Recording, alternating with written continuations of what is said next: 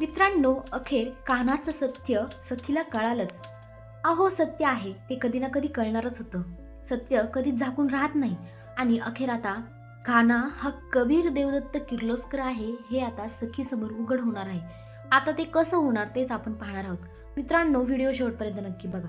आपल्याला आता इथे असं पाहायला भेटते की कान्हाला मंदिरामध्ये जाऊन सूर्याची पूजा करायची आहे, सूर्याला अर्घ्य द्यायची आहे.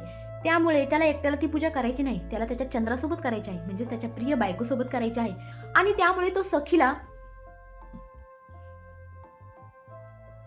मनवत आहे, तिला पूजेसाठी तयार करत आहे. बिचारीचा राग घालवण्यासाठी तिला पतंग देत आहे, तिला सांगत आहे की प्लीज बेबी सरकार माझ्यासोबत पूजेला चला. तुम्ही मला कारण नका ना विचारू, प्रत्येक गोष्टीला कारण नसतं. अहो, फुल जेव्हा उमलतं तेव्हा आपण त्याला विचारतो का की अरे का रे बाबा तू का उमललास? जेव्हा आपल्यावर खूप संकट येतं तेव्हा आपण देवाला कारण विचारतो का की देवा का तू का माझ्यासोबत माझ्यावरच का संकट आणलं? म्हणजे कोणत्याही गोष्टीला कारण नसतं हो. म्हणजे असतं प्रत्येक गोष्टीला, परंतु काही गोष्टी असतात ना हो अशा की ज्यांना कारण नसतं. आणि तुम्ही माझ्यासोबत मंदिरात यावं या गोष्टीला कारण नाहीये. आणि जर तुम्हाला ऐकायचंच असेल कारण कोणतं आहे तर मी सांगायला तयार आहे. ठीक आहे, आता एवढं सांगूनही तुम्हाला जर कारणच पाहिजे असेल तर मी द्यायलाही तयार आहे. आणि जेव्हा कान्हा कारण द्यायला जातो तेव्हा मात्र सखी त्याच्या तोंडावर हात ठेवते आणि बोलते की कान्हा बास रे, आता बास, खूप ऐकावलंस तू मला, आता नकोय मला तुझं कारण, आता मी तुझ्यासोबत यायला तयार आहे. मग कान्हा बोलतो की ठीक आहे बेबी सरकार, मी कॅब बुक करतो. तेव्हा आता सखी बोलते की कॅबची काय गरज आहे, रिक्षाने जाऊयात ना. तेव्हा कान्हा बोलतो अहो या काळ्या साडीत तुम्हाला गरम होईल ना. तेव्हा सखी बोलते अरे कान्हा, कसा रे तू, काळ्या साडीत देवळात जातात का? काळे कपडे घालून देवळात नाही जात. तेव्हा मी साडी चेंज करते आणि तूही चेंज कर, चांगला कुर्ता घाल. मग आता दोघे छान मस्त तयार झालेले आहेत आणि रिक्षातून खाली उतरत छान मस्त मंदिरात आलेले आहेत. वाव, मंदिरात आल्यावर किती प्रसन्न वाटतं ना मित्रांनो. आणि खरंच आता हे दोघे मंदिरात आलेले आहेत. आणि आता मंदिरात आल्याच्या नंतर बापरे, कानाला ओळखीची माणसं भेटलेली आहे म्हणून बिचारा तोंड दडवत आहे.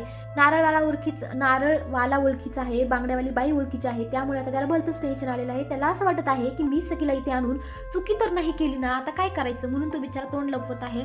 आणि आता अखेर सगळं काही घेऊन झाल्याच्या नंतर आता सखी आणि ते पायरीपाशी आलेले आहेत. आणि कान्हाने सखीला उन्हामध्ये जसा आकाशात चंद्र असतो ना तसाच चंद्र कधी, हा आकाशातला चंद्र कधी काय बोलतात ना खाली जमिनीवर येत नाही, तसंच हा माझा चंद्र आहे आणि याला मी असं जमिनीवर चालून देणार नाही. म्हणून तो कान्हा सखीला चक्क आपल्या कुशीत उचलून घेतो आणि तिला उचलून घेऊन जसं ते ह्याच्यासारखं मिन्नाम्मासारखं तो तिला पायऱ्या चढून वरती मंदिरात नेतो. वाव, किती स्वीट यार.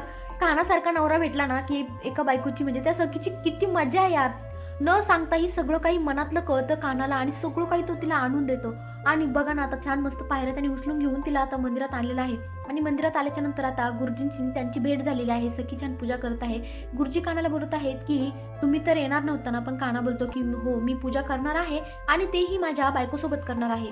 आणि आता कान्हा सखी छान मस्त इथे पूजा करत आहे, छान सूर्यदेवाला अर्घ्य अर्पण करत आहे, फुले वाहत आहेत.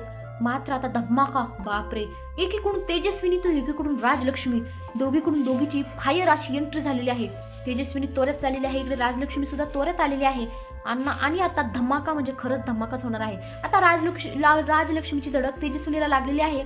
आणि आता राजलक्ष्मीच्या तळपायाच्या मस्तकात गेलेली आहे, कारण राजलक्ष्मीच्या मुलाचा जीव या तेजस्विनी कामातच घेतला. त्यामुळे आता ती कान्हाला बोलत आहे की कान्हा, आता काही झालं तरी ही आग आता माझ्या उरात पेटत आहे आणि हा बदला तुला घ्यायचा आहे. तू विसरला नाहीस ना की या नीच बाईने कसं तुझ्या बाबांचा हाल करून मारलं. तेव्हा कान्हाही रडत म्हणत आहे की हो, मी नाही विसरलो आजी, माझ्या लक्षात आहे बदला घ्यायचा म्हणून.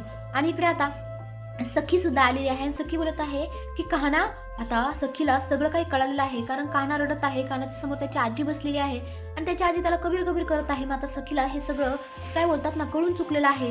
परंतु तरी कान्हा, मला नाही वाटत एवढं लवकर त्याचं सत्य तिच्या समोर येऊन देईल. काय वाटतं तुम्हाला? कमेंटमध्ये नक्की सांगा.